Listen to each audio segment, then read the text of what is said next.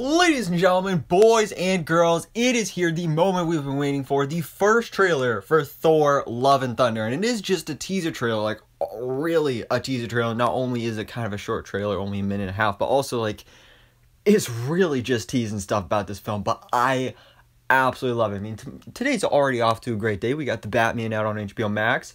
I'm wearing my Batman swag. I was already in the Batman mood. And, you know, we were hoping this trailer would come out today. But usually Marvel Studios and big, movie studios, they drop trailers at like 9 a.m. specifically on Monday. So that's why we all thought that it would be coming today. And so when it didn't come at 9 a.m., I was like, oh, okay, maybe next week. But then it came at 10 a.m., which honestly I'm not complaining about because I was busy this morning anyway. But now we have the trailer for Thor Love and Thunder. And I absolutely love it. Like I said, it really doesn't show you anything. But what it does show, I absolutely love. I mean, like, it really is a teaser. Like, all the big new elements of this movie, like Jane Foster's The Mighty Thor, is barely teased in here just at the very, very end. Gorr the God Butcher, played by Christian Bale, he's our main villain of the film. We don't even see him at all in this, which, I mean, it would have been nice to see him, but at the same time, like, it is just a teaser trailer.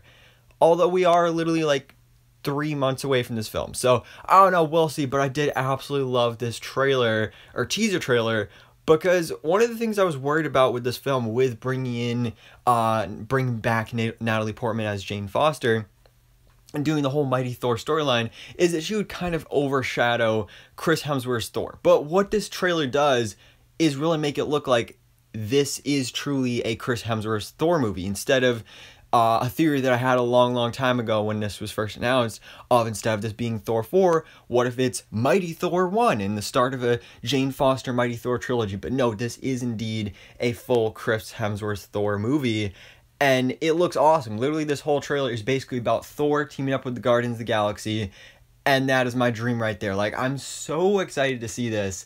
But we did also get our first poster, our first teaser poster, which again really puts the focus on Chris Hemsworth's Thor, which is great. You got all these 80s vibes here, which I love the 80s. I love 80s music, so I love the song choice for this trailer as well. It's just like, bring on the thunder, man. Like, this looks so awesome. Like, I'm so excited for this film. But without further ado, let's go ahead and jump into this and break down the official teaser trailer for Marvel Studios' Thor Love and Thunder.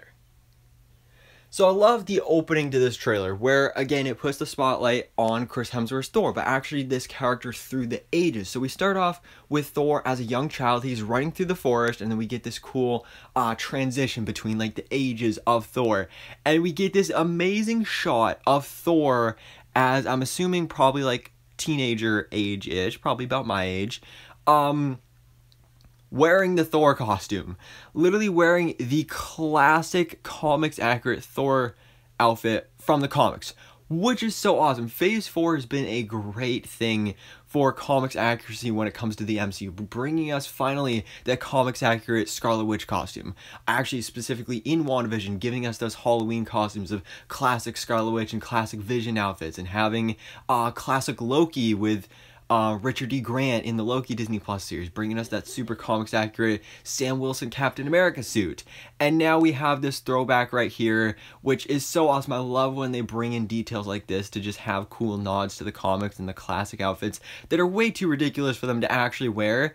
But for really cool moments like this, it's just awesome. Just seeing this in action, seeing this costume in live action, again, it looks ridiculous, but it works. It works so well, and I absolutely love it. But then we transition to not quite present day, but this is him probably a little before the first Thor movie, because he looks like an adult, but not quite, king status like he is in that film, or at least about to be king. But then we do transition to Thor present day, and this is something I am wondering about, if this actually is present day, because he has the longer hair here. So, also some, like, fur on his shoulders. So I'm wondering if maybe this is possibly before Thor Ragnarok, before he gets the haircut. Because if it was after Avengers Endgame, first of all, he'd be fat. So this could be possibly, like, from the end of Thor Love and Thunder, But, I mean, I can't really tell with his outfit, but this doesn't look like the outfit that he's going to be wearing in Thor Love and Thunder. So I feel like this could be another flashback as well. But you can see just flames all around him. Actually, he does have Stormbreaker there. So actually, no, this is present day. Never mind everything I just said. But I love this part right here. So Thor is just somewhere, and he's got Stormbreaker. I love how he plants it like a tree, because, of course, the handle is made from Groot's arm. So I love that. And it seems like he's kind of retiring. That's what this whole trailer is about. He's like, my life as a superhero is over, and he's just going to a life of relaxation, kind of trying to rejuvenate and regenerate himself, revive himself, I guess you could say. And we get this great shot. I'm not sure where this is. This looks like a really familiar location. But I'm thinking possibly this is on a different planet, just given the fact that you have, like, 2 suns. So, that's pretty cool, honestly. Really awesome right there. And this is probably right after Avengers Endgame. And so you can see here that he has still the same hairdo that he had in Avengers Endgame. And he is kind of, like I said, reflecting on himself, and he's like, I gotta make a change. So we get this is where the music really kicks up. We get the great Marvel Studios logo. And then I love this. Something I so badly want to see in this movie, and that we've been theorizing about for a while, is a really cool 80s style training montage to show Thor going from fat Thor in Avengers Endgame to losing all the weight, building back all the muscle, to those giant biceps that we've seen Chris Hemsworth has in this film. And that's exactly what we're getting. Literally, it's fat Thor doing a training workout in some sort of crazy alien monster cave. Like, I don't even know where this is, but it's so cool. I love how he's wearing the trucker hat and everything. It's just gonna be hilarious. So that's something I'm really excited to see. And then we have actually Thor going out there in his Ravager outfit, which that has been confirmed by merchandise that he's called Ravager Thor for this part. And he's just teaming up with the Guardians of the Galaxy, which is awesome, because when it comes to the Guardians in this movie, we knew they were going to be in this. We've seen it in merchandise. We saw it in set photos. But I kind of assumed that it would be just like a quick little thing, like maybe like 2 or 3 scenes to have like that cool training montage, and then like the Guardians bringing him back to New Asgard. But no, at least the way that this trailer makes it look, seems like they're maybe not going to play a huge part in the film, but at least the beginning, possibly the whole first act, they'll be part of it, which I think is going to be awesome. I think is going to be really, really cool, and that's something I'm excited to see. Now, what's even cooler here is obviously we have Chris Pratt's Star-Lord, aka Peter Quill, also Mantis in the background as well, but they, I believe, are on Sakaar. Now, I don't know this for sure.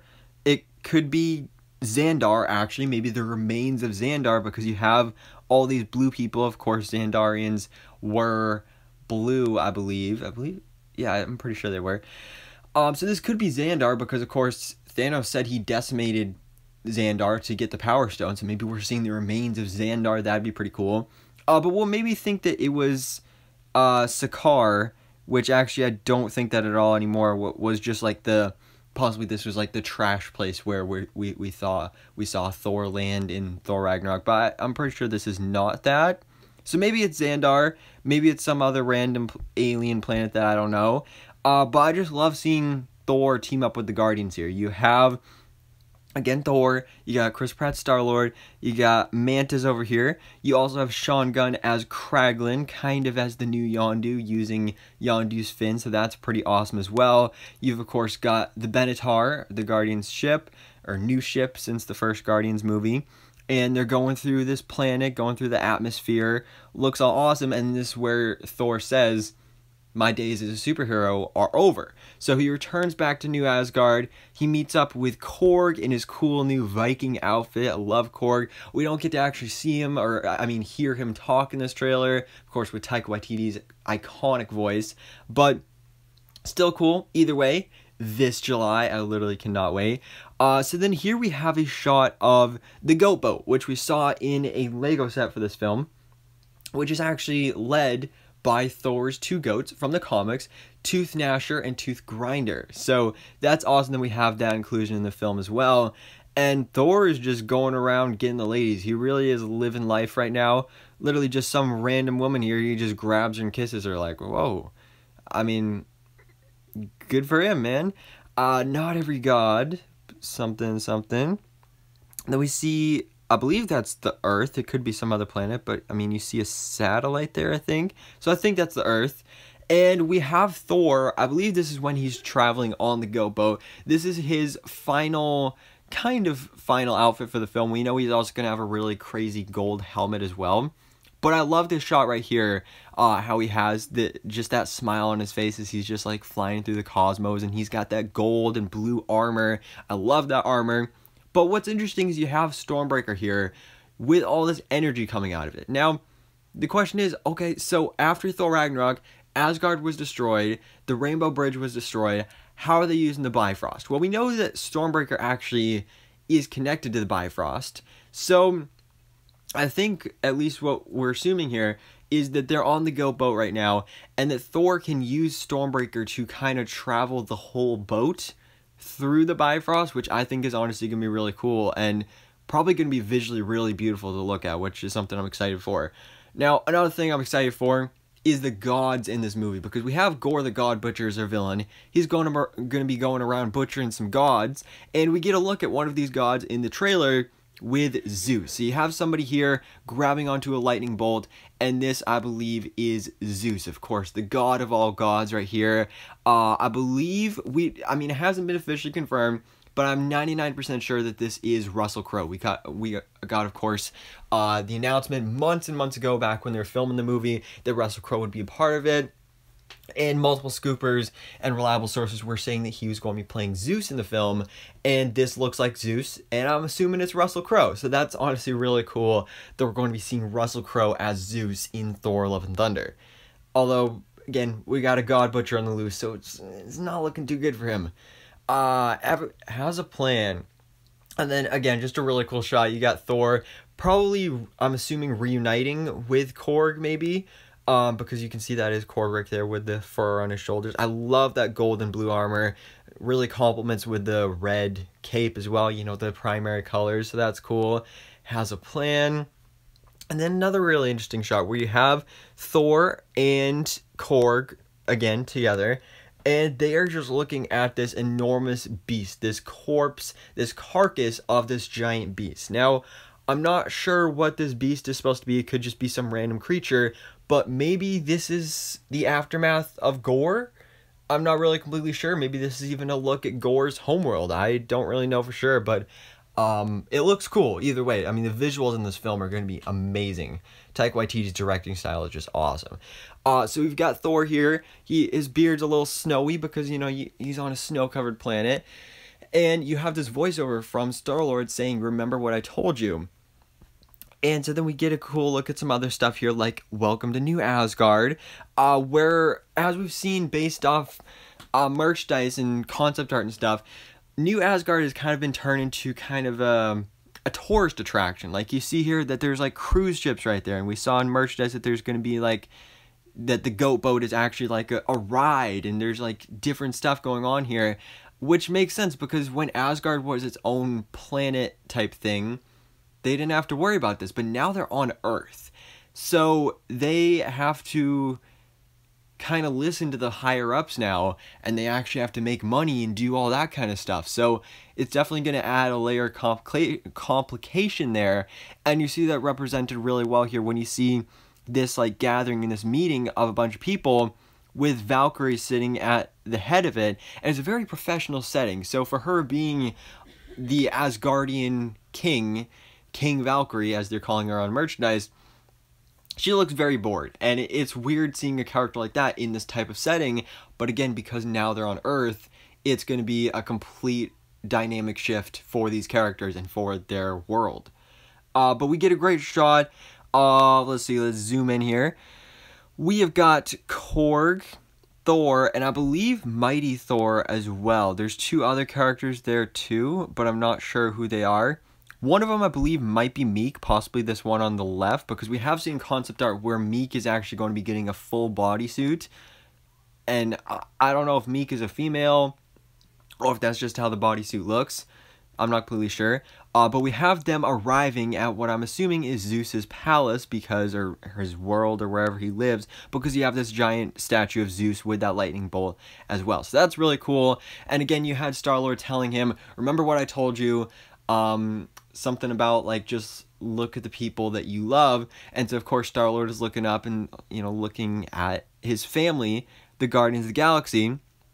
You got Dave Bautista as Drax, Nebula up there, Mantis, Teenage Groot, and Rocket actually in a new outfit. So he's wearing an orange outfit, just like he wore in the first Guardians of the Galaxy film, where he then transitioned to the blue outfit in Guardians of the Galaxy Volume 2 and Infinity War, and then he had the super comics accurate blue and red outfit for Avengers Endgame. So it looks like now he is going back to the orange.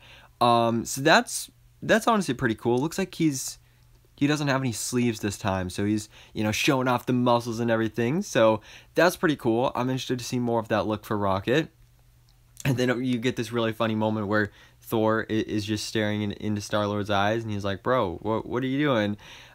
This is what made me think it was Sakaar, I believe, because just looking at the wreckage around there, that looks very similar to the trash area of Sakaar that we saw in Thor Ragnarok. Now, I do believe, whether this is actually it or not, we are going to be seeing Sakaar at some point in this film, because it has been confirmed that Jeff Goldblum is returning as the Grand Master for at least part of Thor Love and Thunder. So that would be pretty cool if we have a confrontation between Thor and the Guardians of the Galaxy with the Grand Master, especially considering that the Guardians of the Galaxy have a history with the Collector, played by Benicio del Toro in the first Guardians of the Galaxy film.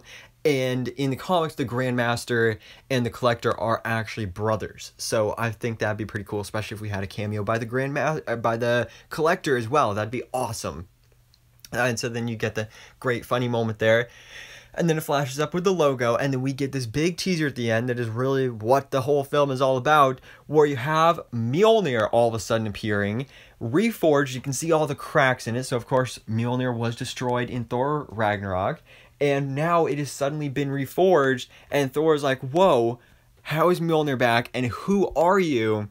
And then we get to see this is Natalie Portman as Jane Foster, aka the Mighty Thor. And she honestly doesn't really even look like Natalie Portman in this shot, but you can see the blonde hair, you can see the comics accurate outfit. Like I said, this is the return of Natalie Portman from the first two Thor movies. She didn't appear in Thor Ragnarok, but now she's making a return as the Mighty Thor. So she's not called like female Thor or girl Thor or anything like that. No, she's Mighty Thor. So that's pretty cool. I love the outfit for this. We've seen it in merchandise and concept art and other stuff. Super comics accurate, and I'm absolutely loving it. And so July 2022, again, July 8th. I'm so excited for this. This is my most anticipated MCU project of the year. Like, we've got some great stuff coming with, like, Doctor Strange and the Multiverse of Madness and She-Hulk and stuff like that. Black Panther 2. But this is my most anticipated project. I am so excited for this. I love Thor Ragnarok. I love the Guardians of the Galaxy. So putting those two together, that's going to be awesome. And bringing back Natalie Portman as Mighty Thor and bringing in Christian Bale as Gorr the God Butcher, that's really awesome. Now, again, like I said, we are just a few months away from this film, so it is weird that we're just now getting the trailer and it's just a teaser trailer. So I'm wondering when we are going to get the full official trailer. But either way, I'm excited. I'm so glad we got this. It is really just a teaser, but you know what? I'll take it. I'm happy with it, and I'm so excited for Marvel Studios' Thor Love and Thunder. So guys, let me know your thoughts in the comments below. What do you think about this official teaser trailer for Thor 4, aka Thor Love and Thunder? Let me know all your thoughts, theories, and predictions for this film in the comments below. And thanks so much for watching. Please drop a like if you enjoyed this video, and hit the subscribe button so I can keep up to date on everything that goes on in the Marvel life.